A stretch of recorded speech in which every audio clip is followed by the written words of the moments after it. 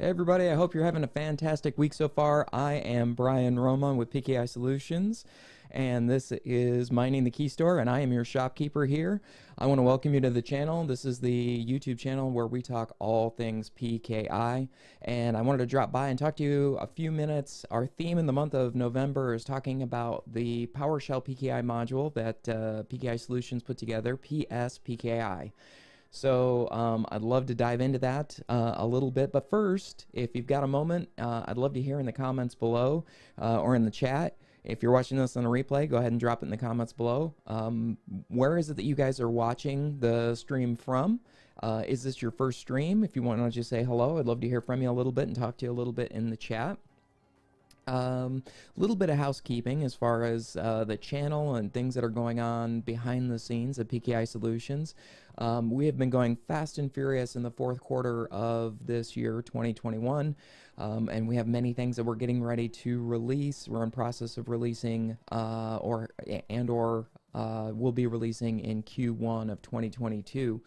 So I have been working furiously behind the scenes on an introductory course that's going to be added to the PKI Solutions training catalog, which is an introduction to certificates and keys. If you are new to public key infrastructure, hey Larry, good to see you. I see we got some people jumping into the chat. Love to hear from you.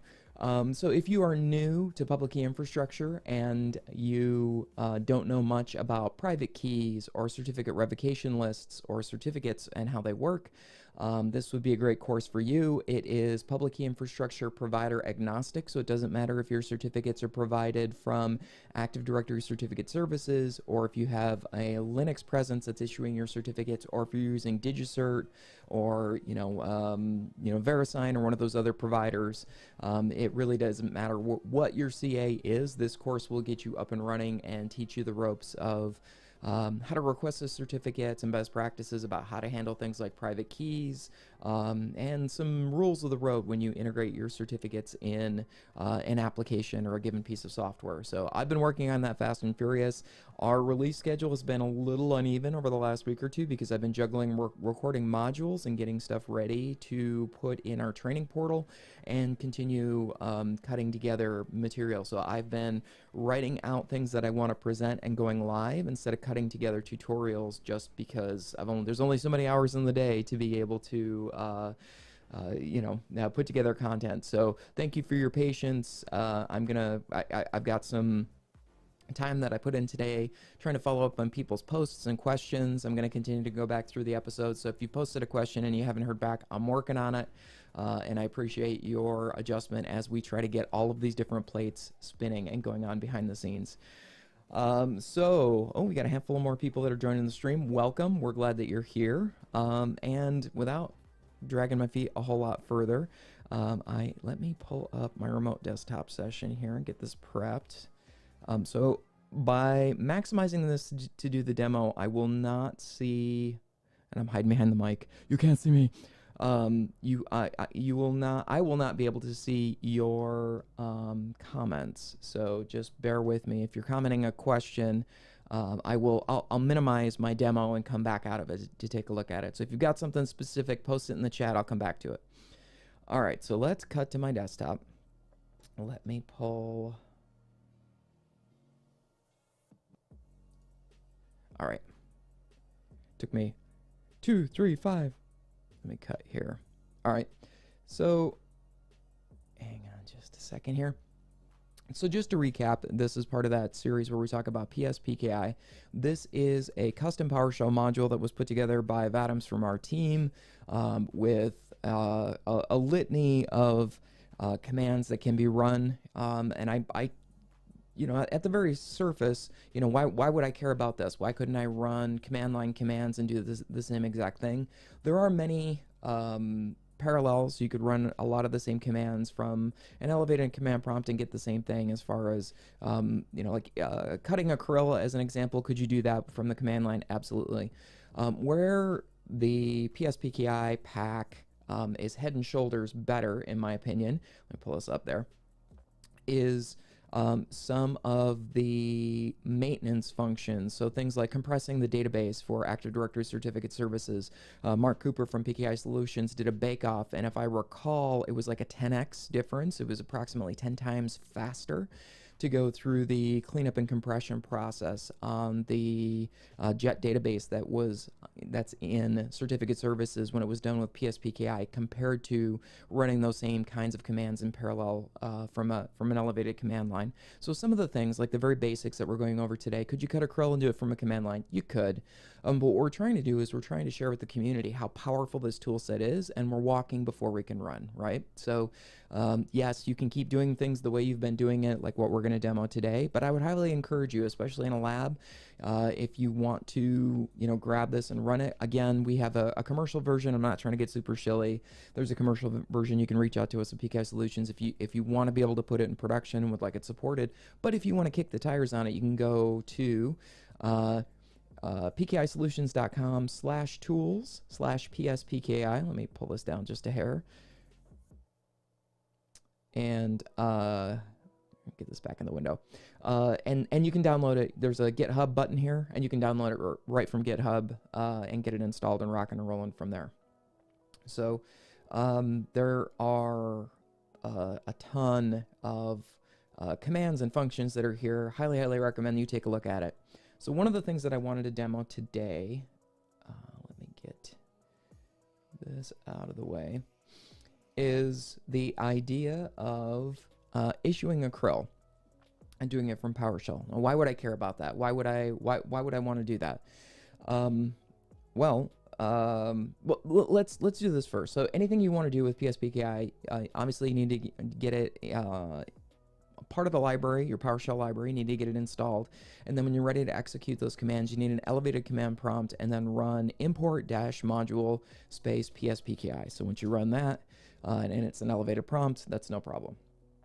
Okay, so let's say I have, so we've got Get-CrlDistributionAuthority. Actually, let me do this because I'm typo. Man, Vadams and Mark are rolling in their grave. Well, they're not.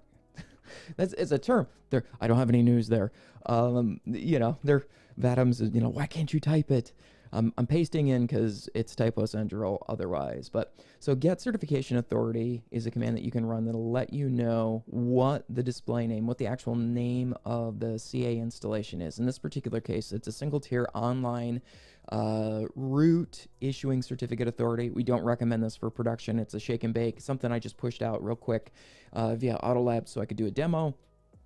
And the name of it is ADCS Lab dash. It's a root and an issuing, so I named it both.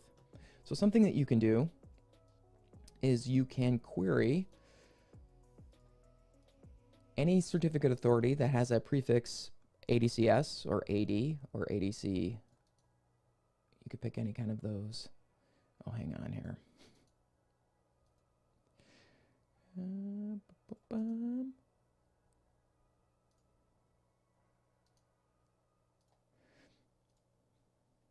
We can do it this way. Get-CrlDistributionAuthority. We can do ADCS. And you can put a wildcard with it, and anything that's got a name that's prefixed with that ADCS, you can then get a return from that. Now, I only have one CA that's here, but you could set it up so by doing this, if you have multiple CAs, keep in mind anything that's got that ADCS prefix. So if I had ADCS lab dash ISA 01, 02, 03, this particular command, depending on how you have remoting and stuff set up, could be executed against multiple systems. So keep that in mind. And we're going to do publish dash CRL. What did I do wrong? Let's try this again.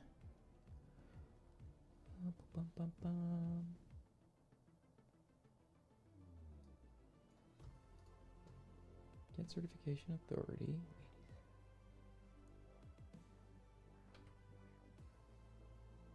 We still got music going. Let me pull this down just a hair more.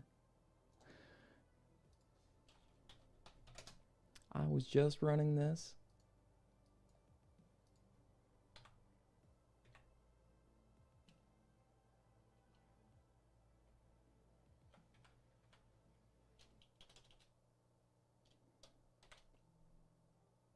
Get-Certification Authority.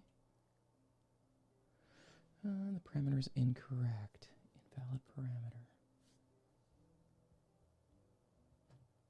Let me go to my notes. Hang on real quick here. Let me cut back to me and go back to my notes. Let me minimize and see if anybody's commenting in the chat. We got a couple of people that are still watching, so appreciate your patience. Let me go back to my notes.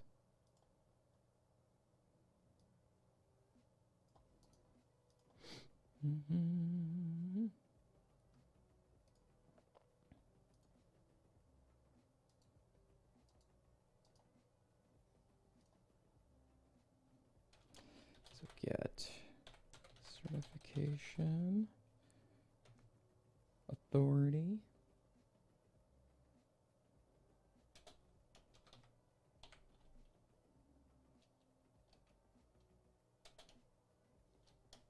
I'm trying it one more time here, typing it in. Because I pasted it. I know sometimes formatting is not great, especially if you save it into a Word document or email it. There we go. Okay. So it must have been because I had it in a Word document. Let's do this again. Let me cut over to my... Okay.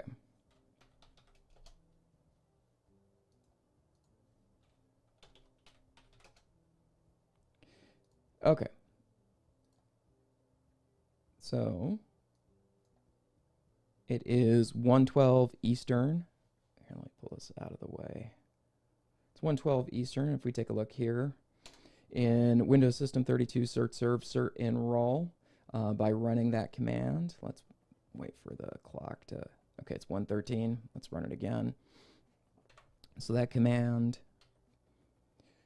get certification authority. I flagged it with AD wildcard. You could do ADCS just fine. And you're piping it into the publish CRL command.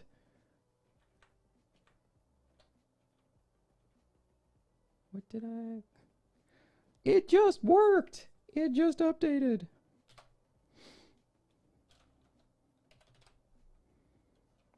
Okay, get certification authority.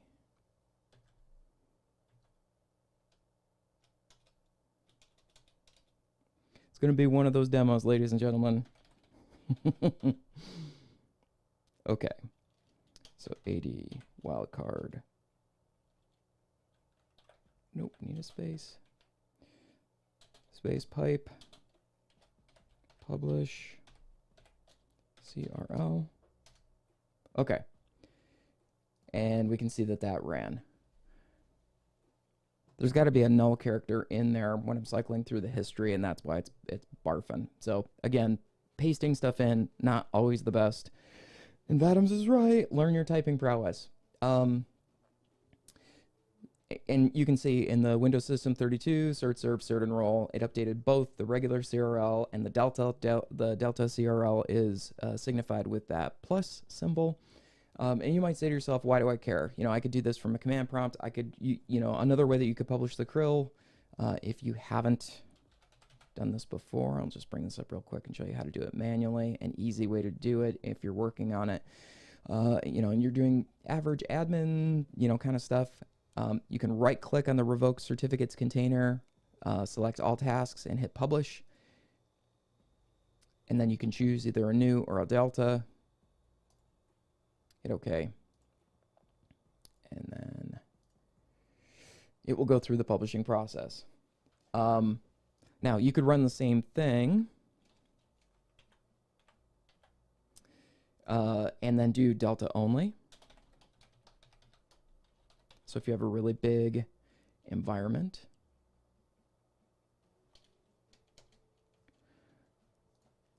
it would publish only, we're in the same minute here, but it would publish only the delta CRL. But why would you care? You know, why am I going through this demo and picking something that's so small? Let's say for the sake of argument that you have a regular task, an annual, you have a set of scripts that are going to take the root CRL and or certificates and publish them to all your certificate authorities. Let's say you're a multi-regional environment and you have lots of different CAs and certificate distribution, CRL distribution points pushed all over the globe. You could take something like this with these two commands, the Get-CrlDistributionAuthority, ADCS, or whatever the name of the CA is, and publish CRL, and you could put it in your automated task to publish these new resources. And what you're essentially doing is you're resetting the clock, right? One of the most critical functions that an issuing certificate authority can do once it's up and running. Yes, they issue certificates, but one of the most critical things that they do from an operational capacity is that they publish the CRL. And so if you're going to do work on your CA, a great habit to get into would be to set up and publish your CRL before you do something that could impact the operational status of your CA. So if you're going to do annual maintenance, maybe you're going to update maybe you've got Luna HSMs and you're going to upgrade the Luna client on your system and you're not sure what that's going to do. Maybe that'll break, the operational capacity of the CA, because if the CA can't talk to the HSM, that's going to create issues with being able to issue certificates and cut CRLs and all of that good stuff. So a good habit to get into, especially if you're going to script stuff out, would be to set this and put it at the top of your code and then have the CRL published before you actually execute any tasks. Something else you could do if you set up PowerShell remoting is you could actually set this. Now, I would not recommend that you set this up as a scheduled task and schedule it to publish the CRL. Active Directory Certificate Services does it just fine on its own. Let me cut back so we're looking at the desktop. You're not just looking at me. Active Directory Certificate Services does it just fine on its own. But if you've got something where you're getting ready to do some maintenance or some troubleshooting, it'd be great to put this in your back pocket, right? To build a script that says, talk to all of my CAs and publish my CRLs to all my distribution points.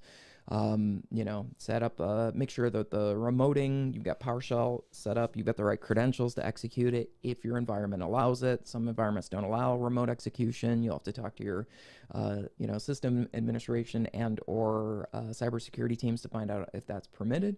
But it could be a really good thing. At a minimum, if you're executing a script on a CA itself, it would be really good to add this and kick it off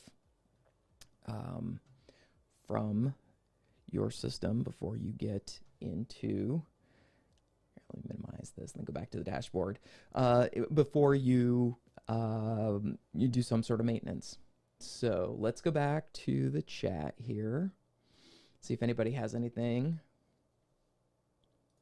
Anybody else has any questions or thoughts? And something to keep in mind, when you're working with PowerShell, so as the PKI Solutions team can attest, I am not the sharpest, I'm not hell on wheels when it comes to PowerShell scripting. It's something I'm learning and picking up as I go from people like Vadams or Jake. And so what I do is I'll hash through something on a lab machine until I get the command syntax working properly, to do what I want it to do, and then I save it in a notepad file and then paste it in from there. There's some people that I've worked with over the years that they just rock it out. But keep in mind, if you're copying and pasting, there's formatting associated with if it's put in Microsoft Teams, or if it's put in Word, or if it's in an Outlook document, or if it's in an HTML mail message, that can really mess up the formatting. It could put extra characters, at the beginning or ending. It could add characters in the middle of it, depending on the program that you're running through. So be aware. Notepad or Notepad++, one of those could be would be a lot more conducive. So that's all that I'm going to cover today.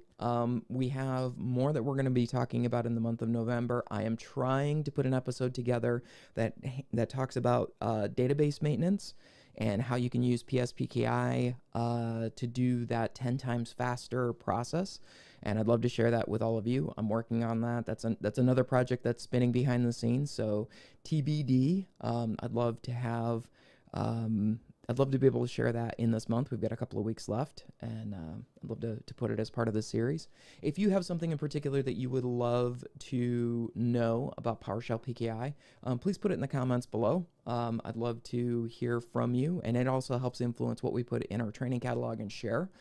Or talk about with our community, the PKI tribe, which is a group that's available to our subscription students, our annual subscription students. And there's a group that's available on LinkedIn.